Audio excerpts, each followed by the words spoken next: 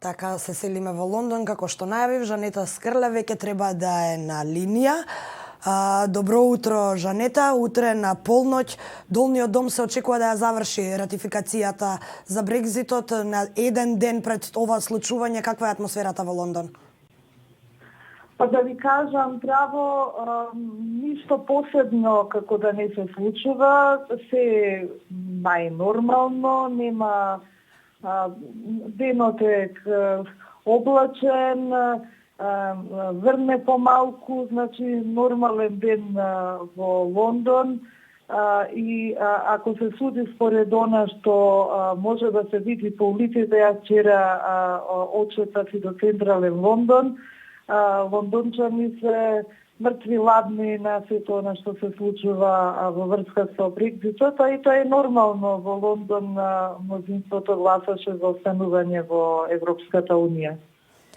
Лондон добива период од 11 месеци да ги договори идните односи со Брисел. Во тој период ќе важат актуелните трговски правила, но доколку не се постигне договор во овие 11 месеци, за Лондон ќе важат правилата на Светската трговска организација.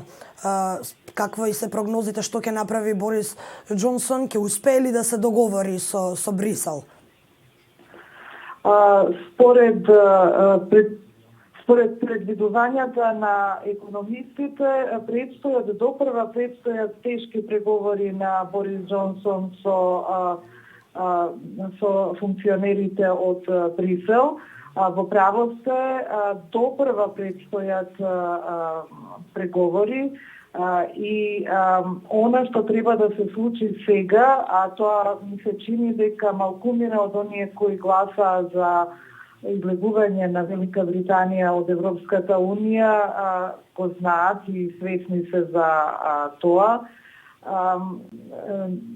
Допрва треба да се реши што и како, бидејќи Велика Британија сака да остане економски центар, услугите се тие што земјата по која предничи, така што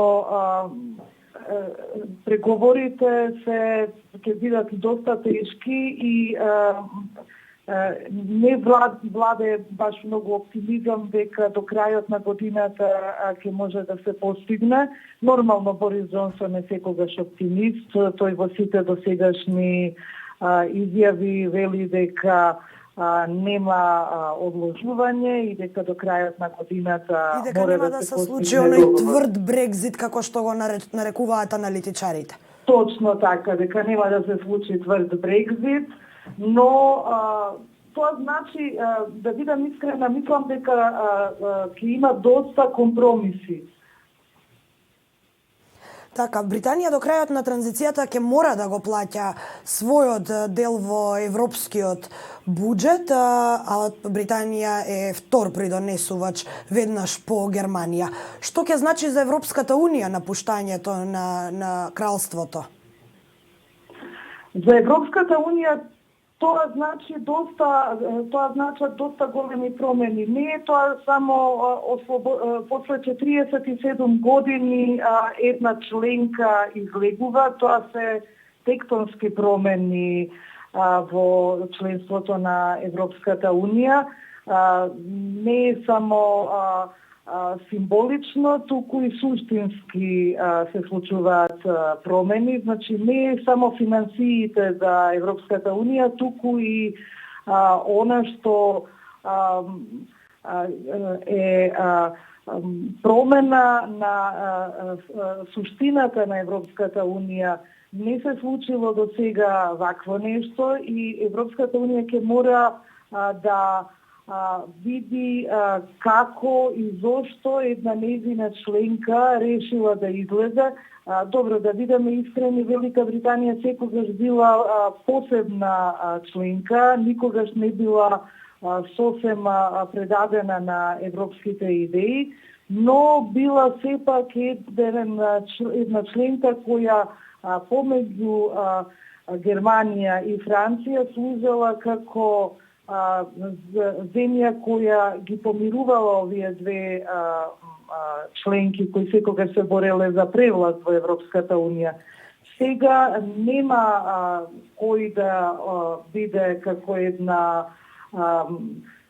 земја која ќе биде бафер зона помеѓу Германија и Франција. Уште едно Има прашање доста поврзано со Брекзитот. велика. Брисел ќе инсистира да вметне механизам со кој ќе може да го суспендира договорот доколку Британија не ги прифати условите, односно не ги почитува условите на договорот. Ќе прифати ли Џонсон еден ваков механизам? Џонсон доста работи кои ги изјавуваше за домашни потреби. Мислам дека сега, бидејќи го има мнозинството во парламентот, ќе може многу покомотно да прифаќа работи кои се за надворешна употреба. Значи, не е веќе обврзан да прифаќа работи кои не се толку, кои ќе бидат помалку популарни, бидејќи го има мнозинството во парламентот.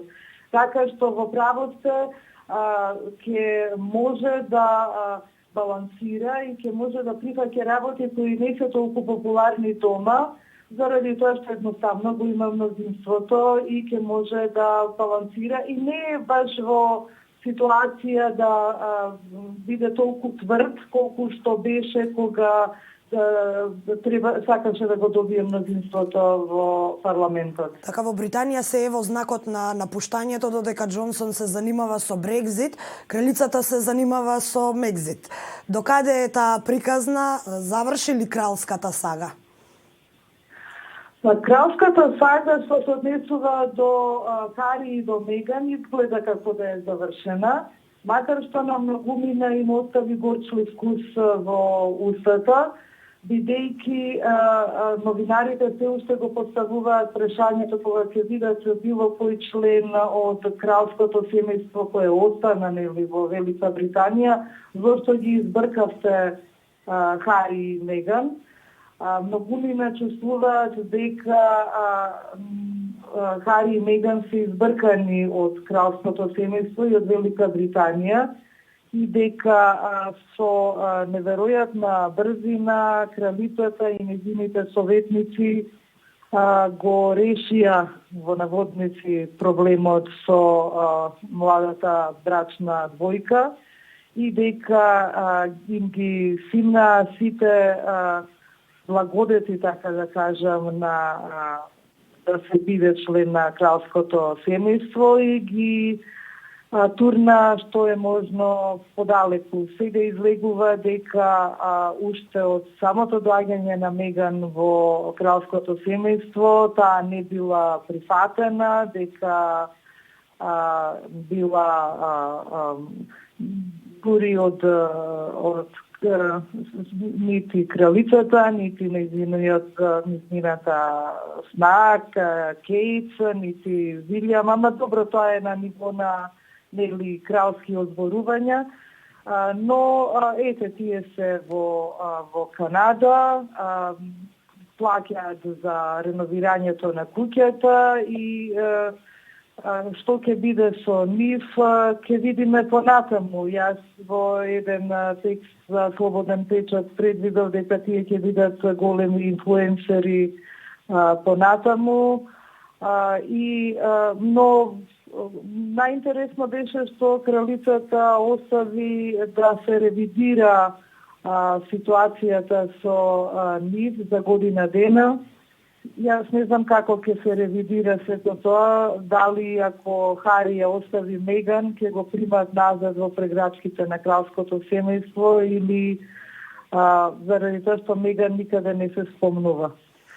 Приказната продолжува. Женета, ти благодарам за ова вклучување утринава од Лондон. Секако јавноста во Велика Британија век можам да забележам на големо заинтересирана за ова кралска приказна со Хари и Меган. Ти благодарам уште еднаш. Бидам искрена, многу повеќе од Брекзит моментално. Да, во последно време и поголем дел од насловите се однесува повеќе на Мекзитот отколку на Брекзитот. Така.